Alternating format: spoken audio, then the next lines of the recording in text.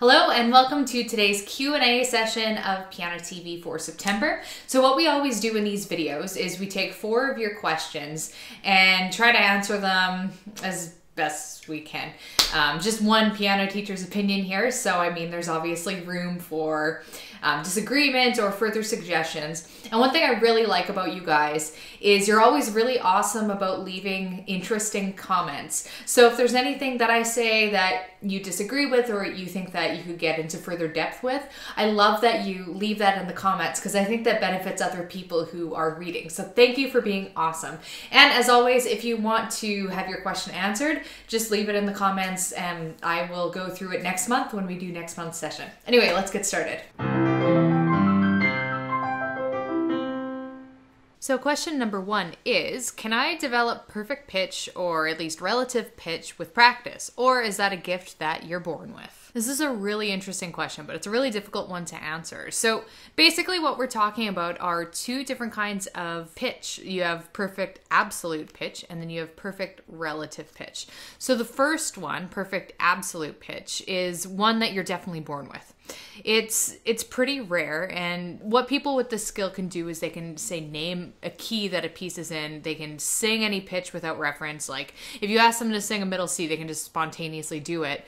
They can even figure out the pitch of everyday sounds like traffic noises and electronic beeps. The thing is, some of these skills can be developed to a certain extent, and that's where we get perfect relative pitch, the second one. So relative pitch is when you're able to identify notes relative to other notes. So for example, you might not be able to spontaneously sing a middle C, but if someone played a middle C, you'd be able to find, say, the pitch of an A. Da, like that. So people with perfect relative pitch can keep a tune while they're singing, and they generally have no issues with harmonizing and singing in choirs and things like that. However, even though I fully believe that perfect absolute pitch is something you're born with, I do think that you can train yourself to have sort of a pseudo-absolute pitch. And just because I think Wikipedia says it better, here is what they have to say about this so-called pseudo-absolute pitch. Those with absolute pitch may train their relative pitch, but there are no reported cases of an adult obtaining absolute pitch ability through musical training. So basically, you're born with it. Adults who possess relative pitch but do not already have absolute pitch can learn pseudo-absolute pitch and become able to identify notes in a way that superficially resembles absolute pitch. Moreover, training pseudo-absolute pitch requires considerable motivation, time, and effort, and the learning isn't retained without constant practice and reinforcement. The reason that I believe that a sort of like pseudo fake absolute pitch can be trained like this is because that's what I think I have. So for example, I can call to mind the pitch of middle C without hearing anything first, which would be relative pitch. So actually I'll show you.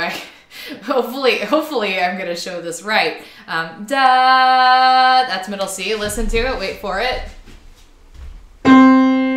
Yeah, see that? By contrast, I do have a student who has perfect absolute pitch, and it's really remarkable. And the thing that sets that apart is because he's basically only had like a year of musical training, and he can tell me exactly what chord I'm playing without seeing me press the notes. Like he can say, oh, that's an F chord, that's a G chord. And he can just do it, even though he doesn't have, like, he's young, he doesn't have background. So I would say, like, that's the difference between being born with it, having, like, a natural ability versus, like, training for it. Okay, so the second question, when trying to figure out a song by ear, I can easily play the main melody on the piano, but I have trouble with the chords that the left hand is based on. I use Ultimate Guitar to help me out, but how can I recognize the chords of a song without any help? This is a problem that makes perfect sense to me. Like, comparatively speaking, the melody is pretty easy to pick out because it soars above everything else. It's meant to stand out, and it's usually just like one note at a time, so it's easier to follow. Whereas chords, by nature, are meant to be more in the background. They're meant as a support, and they also have more than one note, so they kind of blend. One thing that I do when I'm learning a song by ear is to listen to the opposite extreme of the melody. So that would be the melody, maybe the bass line would be something like that, so. I kind kind of just guessed through it, but that sounded right to me. Bass notes are sometimes easier to pinpoint than chords because you're simply listening for the absolute lowest pitches in the music, whereas chords, they're usually more blended up in the middle, and bass lines are also usually just one note at a time, so they're easier to hear because of that. So if you're listening to a bass line and you pick up a C, F, and a G, there's a good chance that if you flesh those out into chords, what you'll end up with is a C chord, F chord, and a G chord. But it kind of depends. This is where it gets a little complicated. Bass lines aren't always going to play the root. So if it's a C in your bass line, it's not always going to be a C chord. If it's an F in the bass line, it's not always going to be an F chord. A C could have 3 different chord combinations, actually more than that. It could have multiple chord combinations. It could be a C chord, it could be an A minor chord, it could be, what else could it be? I have to think about this for a second. It could be an F chord, and so on. So that's one thing to keep in mind. This is where music theory becomes your best friend. If you're learning a piece and you know it's in the key of C, maybe you figured out the melody and there aren't any sharps and flats, then you already know what chords you're the most likely to come across. So using our key of C as an example, say you hear a bass line that goes like this: C, E, F, A, G, I don't know, something like that. There's a good chance that that first note, if your song's in the key of C, is going to be a C chord. But the second note, E, is probably not going to be an E major chord. Listen to how weird this would sound. It just kind of totally changes the dynamic. And that's because there's no G sharp in a C scale. It's not a natural note of the scale. So that's probably not going to be the chord that this E is representing. You have a few options of what that chord could be. It could be another C chord like this, like that, it still works. Another chord that the E is in, it could be E minor instead of major, like that, and that sounds okay. And the third chord it could be is A minor, because there's an E in A minor, so you could go like this, and that works too. So this is where you're gonna have to kind of compare and contrast to the recording, and that's what I would do. Is I would leave it with my best guess. My best guess with this bass line is that it's probably just staying on a C chord. I like the way it sounds, but I would play the recording, see if the next chord sounded major or minor, and then figure it out from there. And I know I'm glossing over this, and this is a really difficult thing to do, but this is how I would approach it. And it might take a while at first, but yeah, this is how I would start working with chords by ear. Question number 3, I have encountered a problem when playing ornaments. How can I moderate their volume because I virtually can only play them forte, loudly? Loud ornaments. This is a really common occurrence and it's usually caused by one main thing, so it's pretty simple to answer.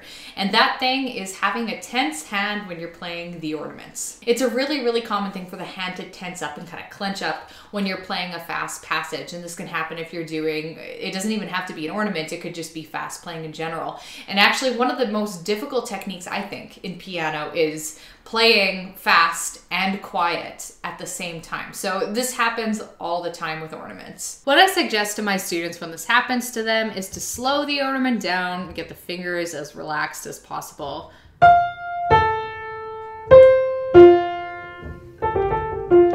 So there's a nice slow ornament. Notice how it feels to be relaxed at a slower tempo. Then gradually increase the speed while trying to maintain that fluidity and that relaxation. It's not an easy thing to do, but the more coordinated you become, the easier the skill becomes. And if you start feeling your fingers tensing up and you get this sound, which is really common, just slow it down, try to focus on relaxing. And you can work little exercises like this into your daily practice. Maybe you spend a couple minutes playing little fast passages and little trills and stuff while concentrating on keeping loose and relaxed while you do it. And that should go a long way. And our fourth and final question today. How can I impress my piano teacher? This is my favorite question of the bunch, and even though it's kind of silly, once I actually started thinking about it, I thought that maybe some of my answers might actually be useful to you guys. Number one is a no-brainer. practice. And you will get a gold star if not only you practice, but if you can tell me the when you practice, you can tell me how long you practiced, and you can tell me what specifically you practiced. If you write this down, you get 2 gold stars, because this means that you're intelligently planning your practice time. You're thinking about it. You're not just going to the piano and like aimlessly playing stuff. You're making conscious attempts each time you get there. Piano teachers naturally love that. Number 2 is to specifically practice what we ask you to practice. I know, another novel concept, but you would be like, you'd be surprised. I don't know, maybe you wouldn't be surprised by how many times that I'll give suggestions to a student like, hey, let's start working on dynamics, and then the next week it comes back with like flat. There's no dynamics at all. We can work through a problem, like maybe there's some notes they're hitting wrong in a passage, and we can work on it in class till it's all fixed and good, and then it comes back broken again. So you will get a gold star if, when a piano teacher makes suggestions, we fix things, we work on things, that you actually go home and do that. And part of this is just being organized. Like if you don't take any notes during class, it's easy to forget the specific things that were pointed out. So those of you who are on the ball might want to, you know, write some notes down in your lesson so that you can come back the next week and impress your teacher with your progress. And the third thing that you will get a gold star from your teacher for doing is going above and beyond what's asked of you and doing additional learning and research. So say, for example, we're working on a Beethoven sonatina, and maybe I casually mention, hey, it might help you out to know a little bit more about Beethoven. And then the next week you come back and you're like, hey, so I read about Beethoven,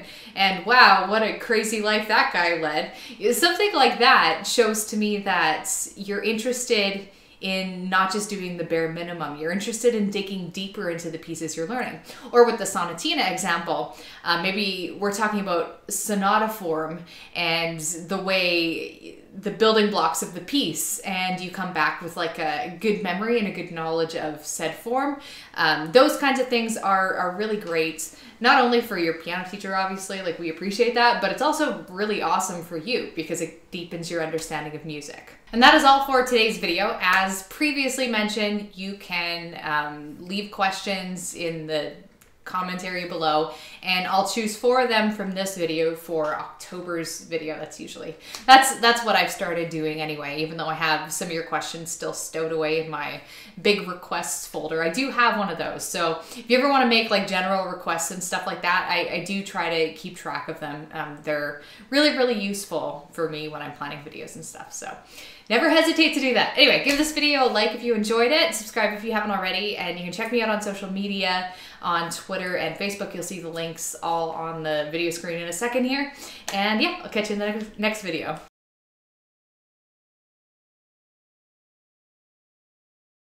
So to sum it, oh, I guess I should sit while I'm talking.